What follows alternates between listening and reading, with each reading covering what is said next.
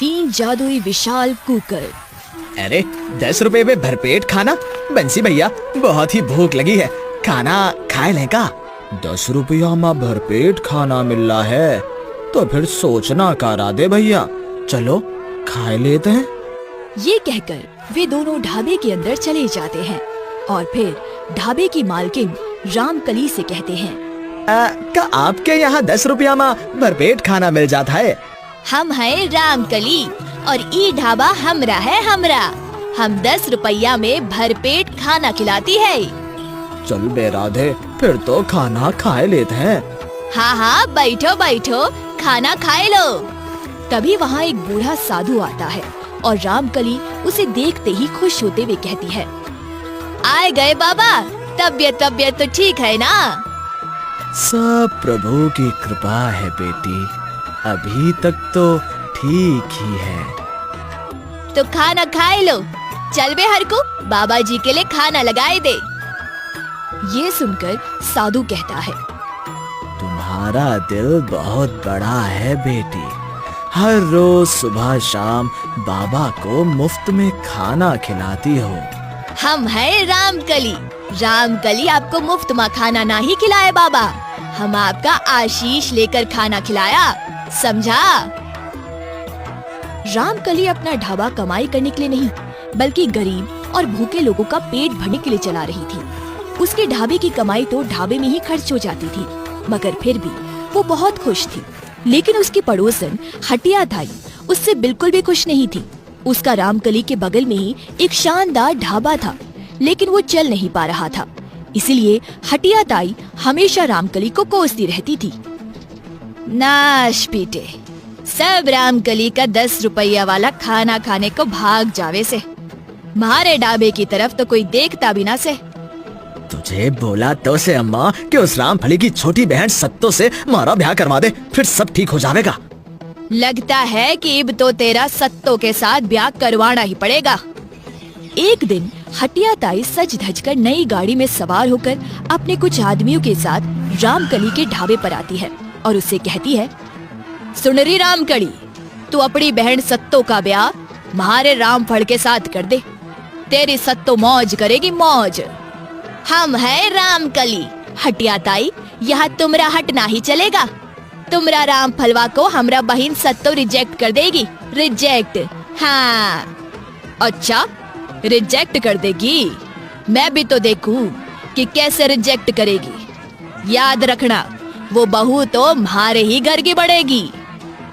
ये कहकर हटिया ताई अपनी गाड़ी में सवार होकर चली जाती है और कुछ दिन बाद एक आदमी भागते भागते रामकली के पास आता है। वो साधु महाराज आखिरी सांस ले रहे हैं रामकली बहन, और मरने से पहले तुमसे मिलना चाहते हैं। ये सुनते ही रामकली तुरंत साधु की कुटिया की तरफ दौड़ पड़ती है।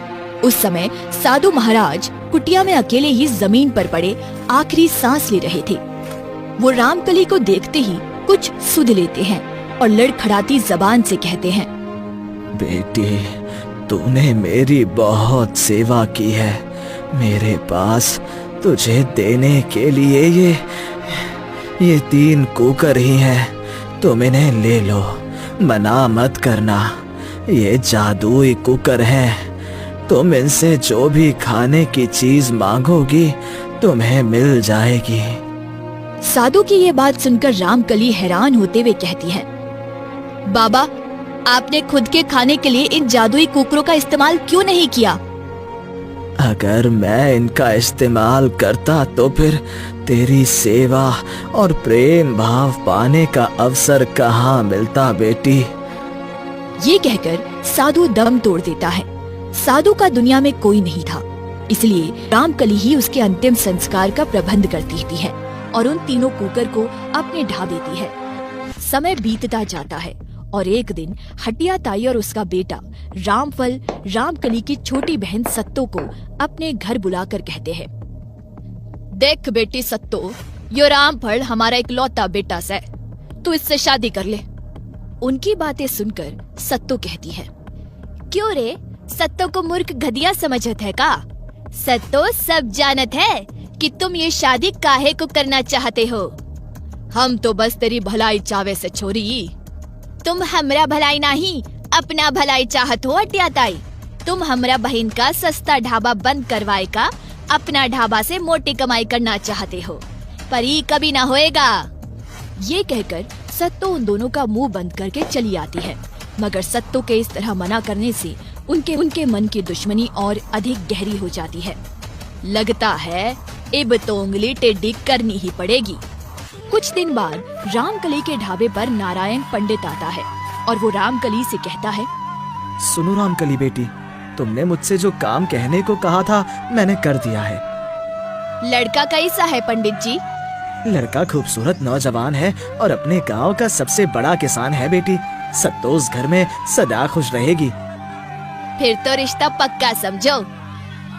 नारायण पंडित द्वारा सत्तो के लिए लड़का बताने पर रामकली झट से लड़कों वालों से मिलकर सत्तो की शादी का दिन तय कर देती है।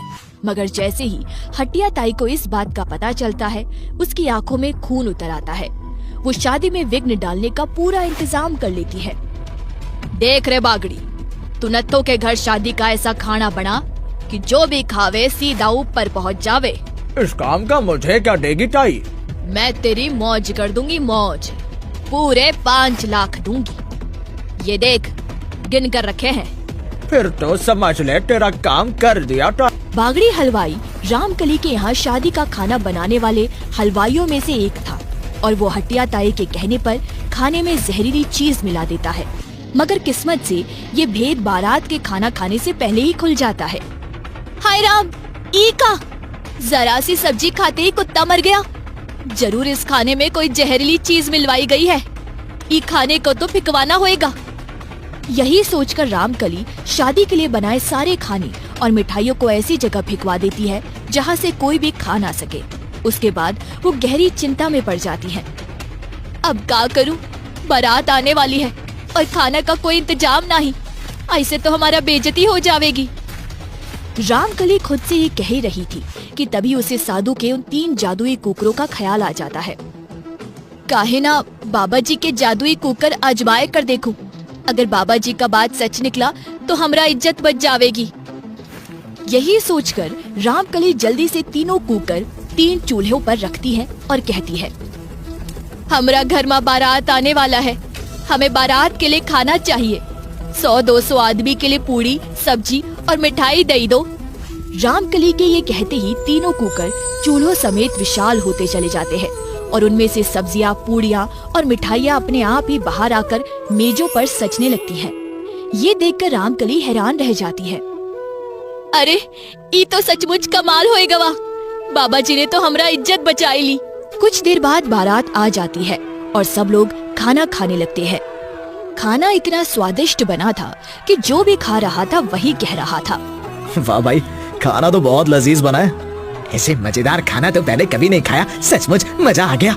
इस तरह जादुई कुकरों की मदद से रामकली की बहन सत्तू का विवाह खुशी खुशी निपट जाता है।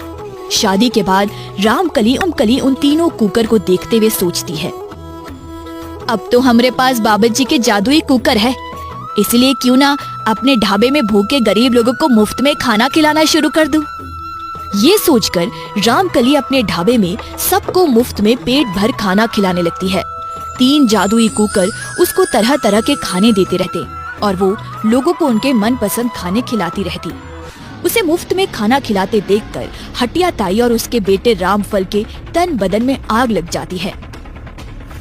पहले तो लोगों से 10 रुपया लेकर खाना खिलावे थी, पर अब तो मुफ्त में ही खाना खिलाने लगी। पता नहीं नाश पीटी के पास इतना पैसा कहाँ ते आवे से।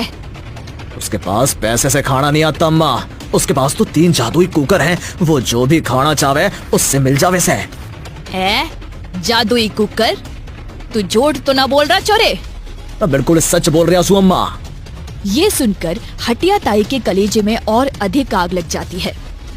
फिर तो वो जादुई कुकर अपने ढाबे में होने चाहिए। अगर वो हमें मिल गए तो समझो रामकली भागी ढाबा छोड़कर। यही सोचकर एक दिन हटिया ताई और उसका बेटा रामकली के ढाबे से 3 जादुई कुकर चुरा लाते हैं। मरने तो ये कुकर कहीं से जादुई ना लगते। चूल्हे पर आके क्या कोई खाने की चीज मांगेगी तभी तो पता चलेगा अम्मा। अच्छा तो यो बात है, चल चूल्हे पे रख के भी देख लेते हैं। ये कहकर हटिया ताई तीनों कुकर चूल्हों पर रखकर कहती है, सुनो रे मेरे कुकर, मुझे कड़ी पकोड़ा, मटर पनीर और गर्मा गर्म पूरियां मड़ा के दो। हटिया ताई यही बात कई बार दोहराती है, मगर कुकर उन्हें कुछ नहीं है। और फिर अचानक से तीनों कुकर के ढक्कन अपने आप ऊपर उठ जाते हैं और उनमें से नाग बाहर आने लगते हैं। नागों को देखकर हटिया ताई और उसका बेटा घबरा जाते हैं और चिल्लाते हुए भागने लगते हैं। भाग बेटा भाग, ये कुकर खाना देने वाली नहीं है, ये तो नाग पैदा करने वाले कुकर है। ये कहकर हटिया ताई और उसका बेटा अपने ढाबे को छोड़कर भाग लेते हैं और उनके जाते ही तीनों कुकर अपने आप ही वहाँ से गायब हो जाते हैं। फिर उस दिन के बाद हटिया ताई रामकली के ढाबे की तरफ आंख उठाकर भी नहीं देखती।